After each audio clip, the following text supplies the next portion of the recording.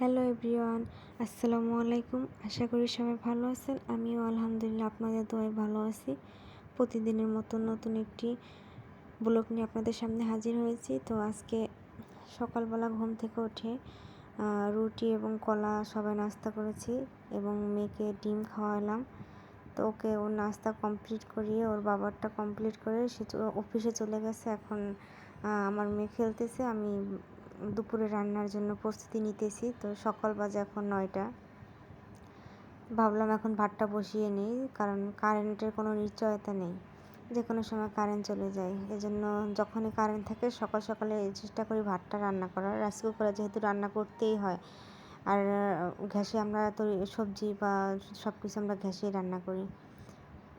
তো শুধু দুপুরের জন্য চাল দিয়ে দেব এবং রাত্রের জন্য আমরা রাতটা আলাদা করে রান্না করি। এজন্য রাত্রেরটা আমাদের দেওয়া প্রয়োজন হয় না। তো দুপুরের ভাত বসানোর পরে দেখি কী কাটাকাটি করা যায় সেগুলো করব। ওই সাইডে নিজের বেডরুম, ডাইনিং রুম সব কিছু গোছানো হয়ে গেছে। সব কিছু গুছিয়ে এখন এখানে আসছি রান্নার প্রস্তুতি নিতে।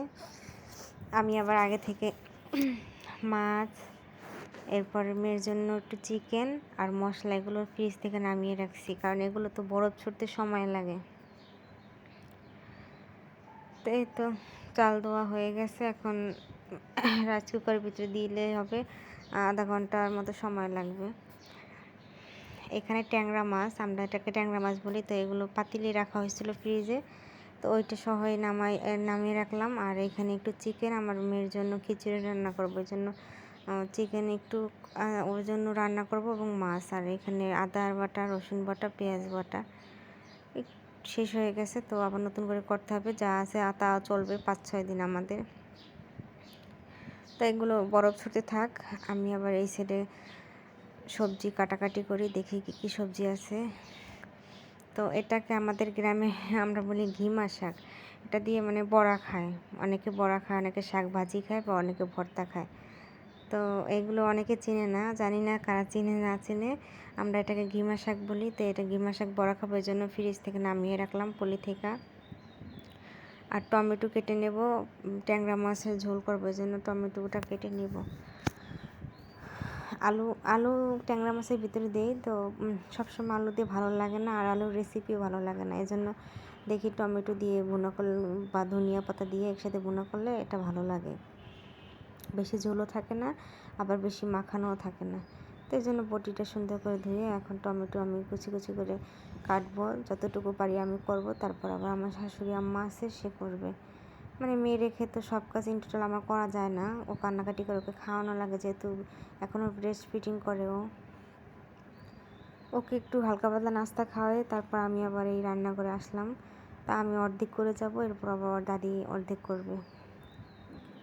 টমেটো কাটা হয়েছে, এখন পেঁয়াজ রসুন ডাল রান্না করতে পারি। পেঁয়াজ রসুন এবং মরিচ এগুলো কাটাকাটি করে নিই, যতটা কাজ আগিয়ে নিতে পারি।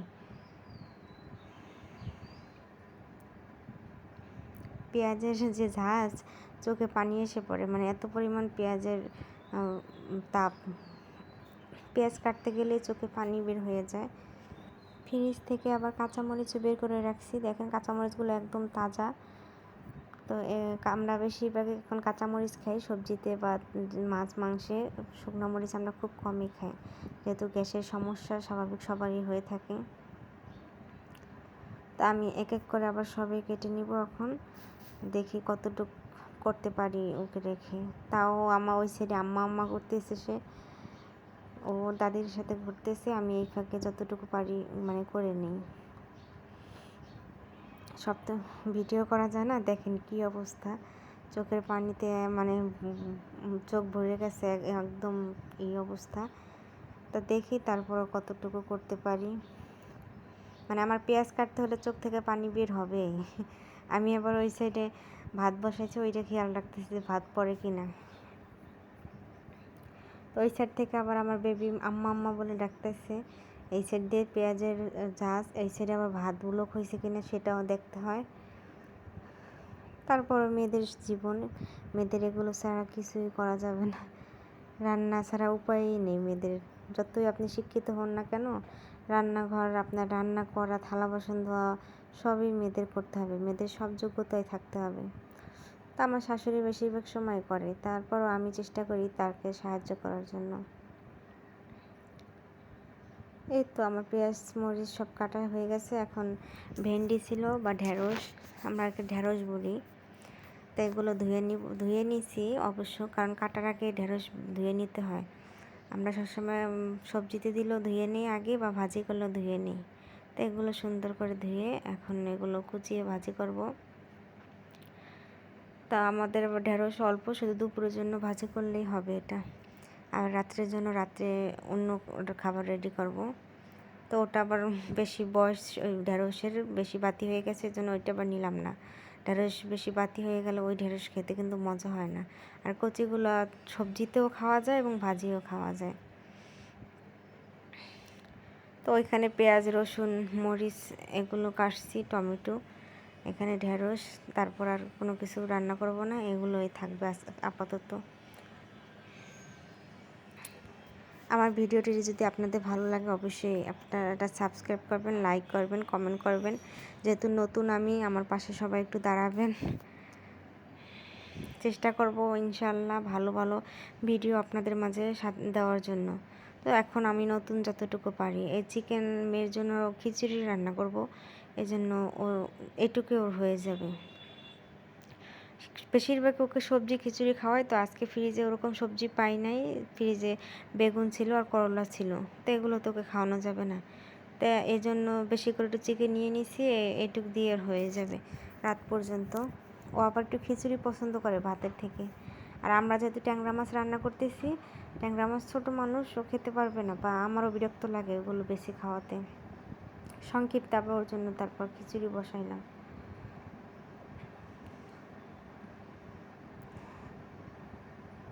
এইখানে ওর চিকেন কাটা হয়ে গেছে, এখন চিকেন ধুয়ে নিব পরিষ্কার করে, এরপর ওর খিচুড়িটা আগে বসাই নেব, যেহেতু টাইম হয়ে যেতেছে ওর খাওয়ানোর আগে, হচ্ছে ওর খাবার বসাতে হবে আমার,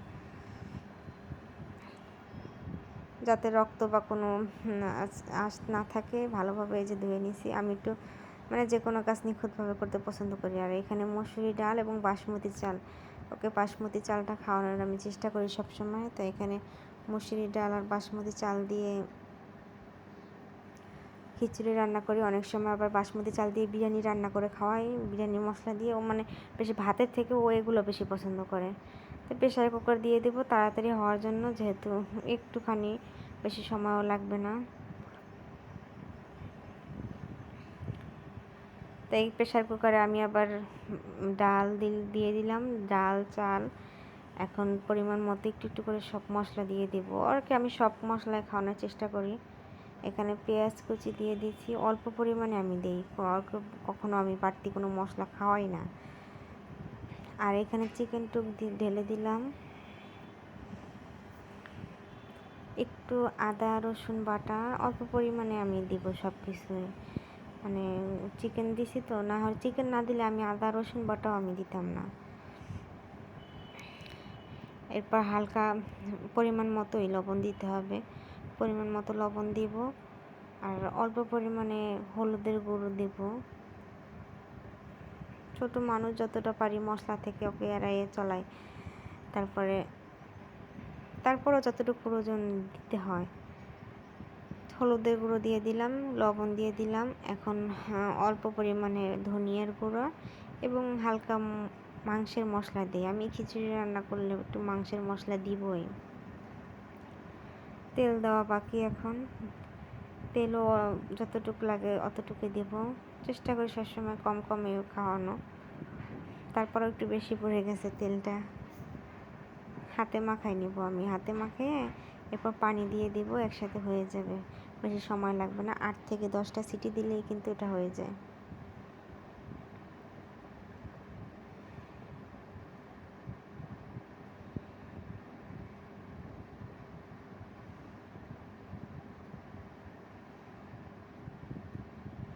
এই তো হাতে মাখানো হয়েছে। এখন কালারের জন্য 2-3টা টমেটো দিয়ে দিলাম, যেহেতু সবজি দেই নেই, 2-3টা টমেটো দিলাম, মানে লাল হওয়ার জন্য। টমেটো আমার অনেক পছন্দ। এখন একেবারে পানি দিয়ে দেব, পানি দিয়ে এখন ঢেকে দিব।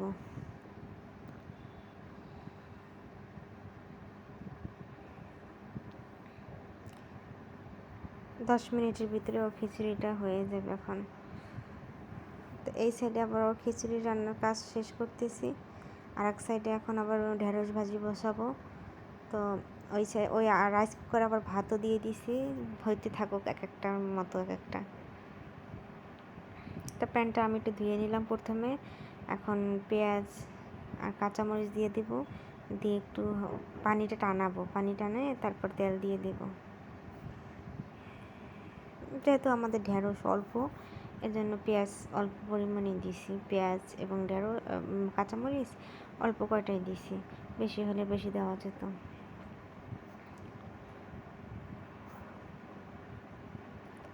পানিটা টানা হয়ে গেছে, এখন যতটুকু লাগে তেল ততটুকু দিয়ে দেব।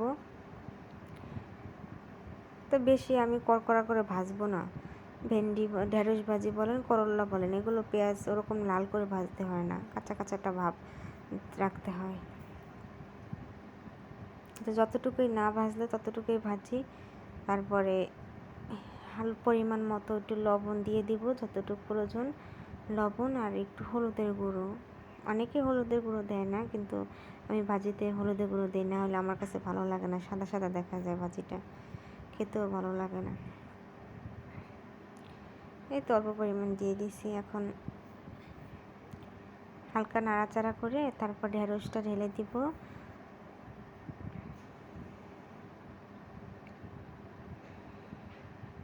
মানে পূর্ব সাইডে রোড পড়ে, তো রান্নাঘরে রান্না করতে এই সময় অনেক অসুবিধা হয়।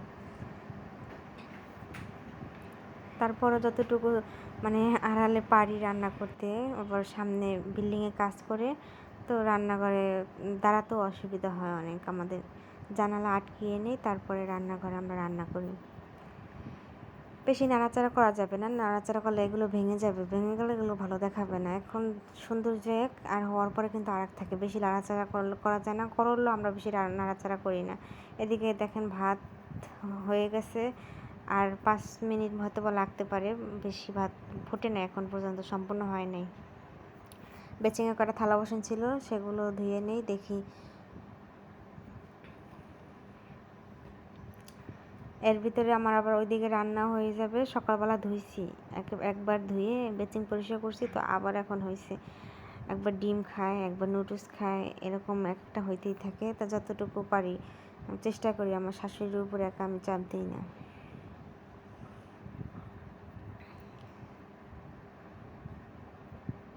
বেচিংয়ে থালা বাসন জমে থাকলেও কেমন বা দেখা যায়, এজন্য মানে আমি যখনই দেখি যে থালা বাসন বা যখনই দেখি বেচিংয়ে কিছু আটকে আছে, আমি সাথে সাথে এগুলো পরিষ্কার করে নিই, কারণ জমে থাকলে ওটা কিন্তু আলসামো লাগে একটা।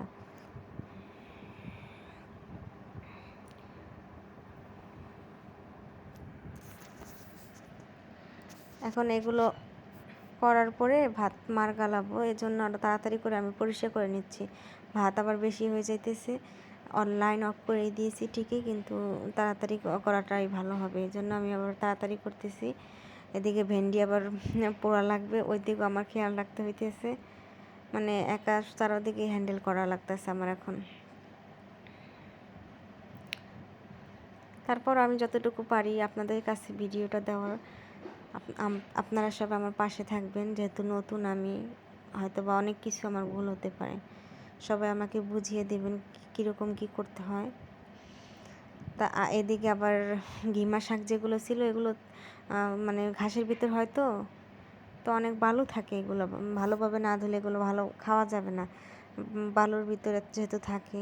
তা আমি আবার এগুলো আমি নিজেই পরিষ্কার করে ধুইতেছি, আমার শাশুড়ি দেবো না, তো অনেক বালু, তো ওই জন্য পরিষ্কার করে করে ধুইতেছি।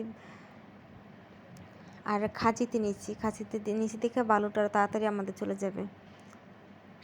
ওদিকে আবার ভেন্ডি হয়ে যাচ্ছে, তো আর বেশিক্ষণ রাখবো না। দেখেন কালারটা অনেক সুন্দর আসছে, সবুজ একদম। আর আমি ওরকম নাড়াচাড়া করি না দেখে এরকম ভেঙেও যায় না, যেরকম আমি কাটছি ওরকমই আস্তে আছে।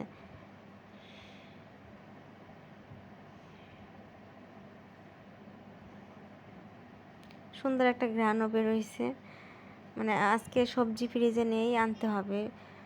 তো যতটুকু যা ছিল তাই রান্না করবো, আরও করলা ছিল, যা যা ছিল আমি আবার এগুলো রেখে দিয়েছি, একদিনে তো এত ভাজি ভালো লাগে না, এই জন্য রেখে দিলাম। আর এদিকে আবার খিচুড়ি হয়েছে, চুলো অফ করেই দিছি, এখন শীষটা উঠালেই হয়ে যাবে। আর ঘিমা শাক দিয়ে বড়া খাবো, ডালের বড়া। এজন্য আবার আমি আরও কয়েকদিন আগেই ডাল ব্লেন্ডার করে রাখছি, ওগুলো এখনও ছোটে নেই। তো ওইগুলো ছুটতে অনেক সময় লাগে, 1-2 ঘন্টা লাগবে, এর আগে আর হবে না। তো একবার দেখছি প্রেশার কুকার, তো তখন আবার বাবুর চাল ফোটে নাই, খিচুড়ি চালটা, তাই জন্য আবার দিয়ে নিছি। তা এখন আবার হয়ে গেছে, পর শীষ আমি উঠিয়ে নেই। উঠানোর পর দেখি কতটুকু কি, হয়তো একটু পানি বেশি হতে পারে, পানির পরিমাণ ছাড়া আমি দিছি তো।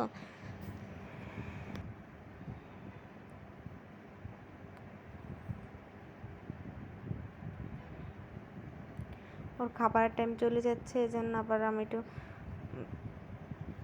তাড়াহুড়া করতেছি। আবার একটু লবণ কম হয়েছে, টেস্ট করার পরে দেখলাম, তা আবার লবণ দিয়ে দিলাম।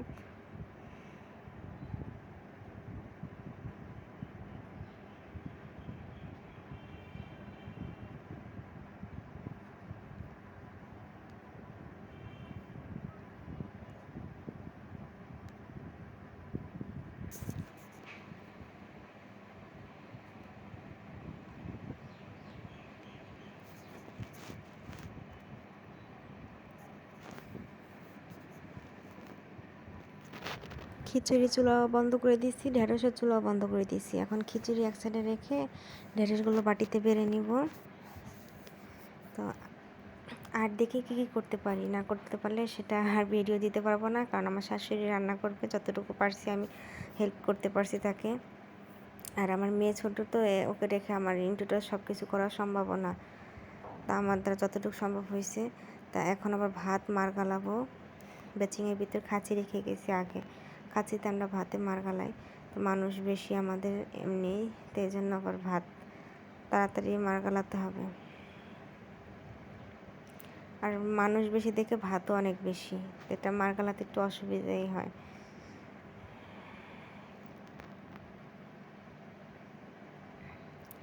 আম্মাই মার গালায়, তো আমি আবার আজকে বলতেছি যে আমি গালাই, সমস্যা নাই, আমি যখন পারি গালাই, বা সে যখন পারে সে গলায়, এরকম। তো এখন আমি দিতে পারবো না, এই জন্য তার জন্য আমি রেখে দিব, কারণ অনেক ভাত দেখেন। তা আমি আবার ডাক দিয়ে তাকে দেবো, দেখে আমি আবার দিয়ে ভাতটা ঢালি নাই। তো এদিকে আবার টমেটো পেঁয়াজ সব কিছু কাটাকাটি করছি, মাছ দেওয়া হয় নাই, সে মাছ ধুয়ে তারপরে টমেটো দিয়ে ভুনা করবে আর ডালের বড়া বানাবে, এই কাজ। আর আমি অর্ধেক করে রাখছি। তো ভাতটা আবার রাইস কুকারে ঢালে আবার আবার অন করে দিয়েছি সুইচটা, যেহেতু একটু পানি ছিল, ওই পানিটুক যাতে টানে নেয়। তা আমি আবার এরকমই করি।